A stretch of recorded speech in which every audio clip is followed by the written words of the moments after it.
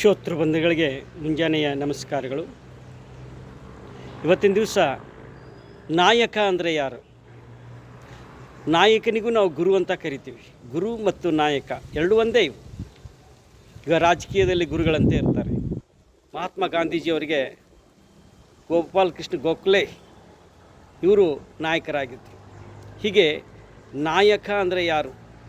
D V ಗುಂಡಪ್ಪನವರು ನಾಯಕನ ಬಗ್ಗೆ ಭಾಳ ಚೆಂದ ಹೇಳ್ತಾರೆ. ಒಂದು ಕಡೆ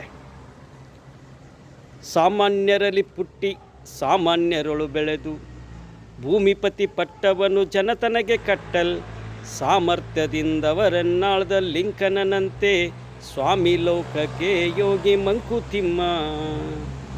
ಅಬ್ರಾಹಿಂ ಲಿಂಕನ್ ಕೊಟ್ಟು ಹೇಳ್ತಾರೆ ನಾಯಕ ಅಂದರೆ ಹೇಗಿರಬೇಕು. ಅಬ್ರಾಹಿಂ ಲಿಂಕನ್ ಅಮೇರಿಕದ ಅಧ್ಯಕ್ಷರಾಗಿದ್ದರು. ಅವರು ಆಗೋಕ್ಕಿಂತ ಪೂರ್ವದಲ್ಲಿ ಒಂದು ಕಡು ಬಡತನದಲ್ಲಿ ಹುಟ್ಟಿದಂಥವ್ರು. 14 ಸಲ ಸಾರ್ವಜನಿಕ ಇಲೆಕ್ಷನ್ದಲ್ಲಿ ನಿಂತಿದ್ದರು. ಚುನಾವಣೆಯಲ್ಲಿ 14 ಸಲನೂ ಸೋತರು.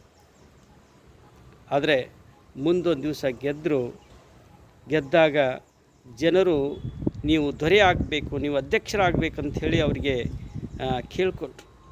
ಆವಾಗ ಹೇಗೆ ಮಾಡಿದ್ರು ಅಂದರೆ ತಮ್ಮ ಸಾಮರ್ಥ್ಯದಿಂದ ಯಾವುದೇ ಮುಲಾಜಿಗೆ ಒಳಗಾಗ್ದೇ ತಮ್ಮ ಸಾಮರ್ಥ್ಯದಿಂದ ಆ ರಾಜ್ಯವನ್ನು ಆಳಿದರು. ಅಂಥವರು ಈ ಲೋಕಕ್ಕೆ ಯೋಗಿ ಆಗ್ತಾರೆ. ಯಾಕಂತಂದರೆ ಲೀಡರ್ ಅಂದರೆ ಹಾಗೆ ಆಗೋದಲ್ಲ, ತಮ್ಮದೆಲ್ಲವನ್ನೂ ಅದಕ್ಕೆ ಅರ್ಪಿಸಬೇಕಾಗ್ತದೆ. ತನು ಮನ ಧನವನ್ನು ಎಲ್ಲವನ್ನೂ ಅರ್ಪಿಸಿದಾಗ ಮಾತ್ರ ಒಬ್ಬ ಲೀಡರ್ ಹೊರಗೆ ಬರಲಿಕ್ಕೆ ಸಾಧ್ಯದ. ಇವತ್ತಿನ ದಿವಸ ಲೀಡರ್ ಏನಾಗಿದ್ದಾರೆ ಅಂದರೆ ಯಾವುದೇ ಸಾರ್ವಜನಿಕ ಚುನಾವಣೆಯಲ್ಲಿ ನಿಂತರೆ ಆಮಿಷಗಳನ್ನು ಒಡ್ತಾರೆ.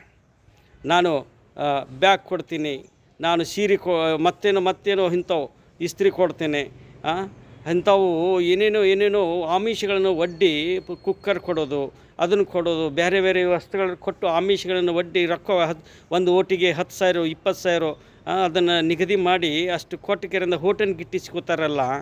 ಆದರೆ ಇಲ್ಲಿ ಮತದಾರರು ಕೂಡ ಎಚ್ಚರ ಆಗಬೇಕು. ತಮ್ಮ ಮತ ಇಷ್ಟಕ್ಕೆ ಸೀಮಿತನಾ, ಇಷ್ಟೇ ಬೆಲೆನಾ? ಯಾಕೆ ನಾವು ಅದಕ್ಕೆ ಒಳಗಾಗಬೇಕು?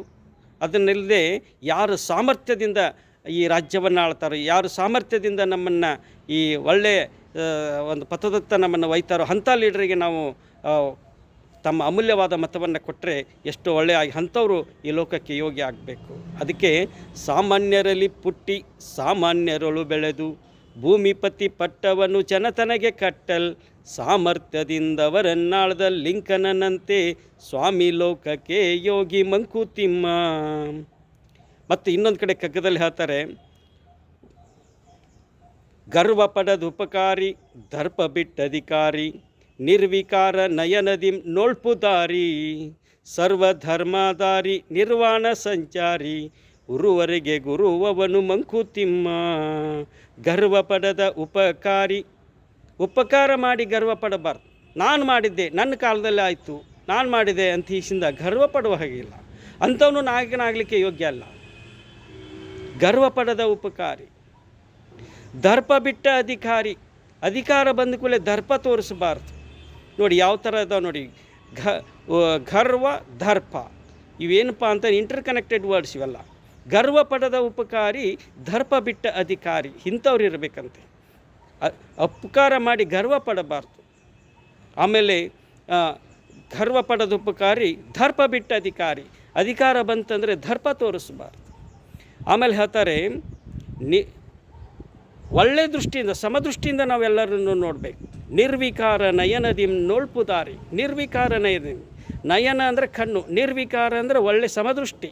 ವಿಕಾರ ದೃಷ್ಟಿಯಿಂದ ನೋಡಬಾರ್ದು. ಒಬ್ಬರನ್ನ ಮೇಲೆ ಒಬ್ಬರನ್ನ ತೆಳಗೆ, ಒಬ್ಬರನ್ನ ಸಿರಿವಂತರ ಹಾಗೆ, ಈ ವರ್ಗದವ್ರು ಹೀಗೆ, ಈ ವರ್ಗದವ್ರು ಹೀಗೆ, ನಮ್ಮ ಕಡೆಯವರು ಅವ್ರ ಕಡೆ, ಈ ಥರ ಭೇದ ಭಾವ ಪಕ್ಷಪಾತವನ್ನು ತೊರೆದಿರಬೇಕು. ಅಂಥವ್ರು ಲೀಡರ್ ಆಗಲಿಕ್ಕೆ ಸಾಧ್ಯ ಇದೆ.